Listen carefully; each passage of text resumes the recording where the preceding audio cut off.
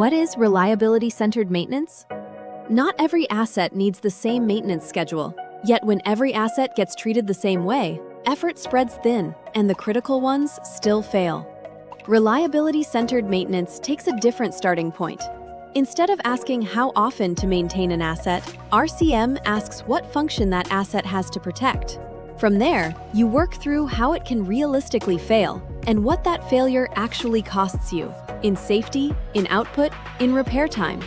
Only then do you choose the task, whether that's condition monitoring, scheduled restoration, a failure-finding check, or run to failure, where that is genuinely the right call. The result is a maintenance plan built around consequence rather than habit, where critical assets get closer attention and low-consequence ones stop absorbing hours your team does not have. But RCM is only as good as the asset data behind it. Ultimo keeps asset hierarchy, criticality, and failure history in one place, so the strategy you build rests on your own operational record and stays easy to adjust as assets and priorities change.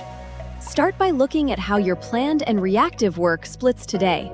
Then see how Ultimo supports RCM. Learn more at ultimo.com.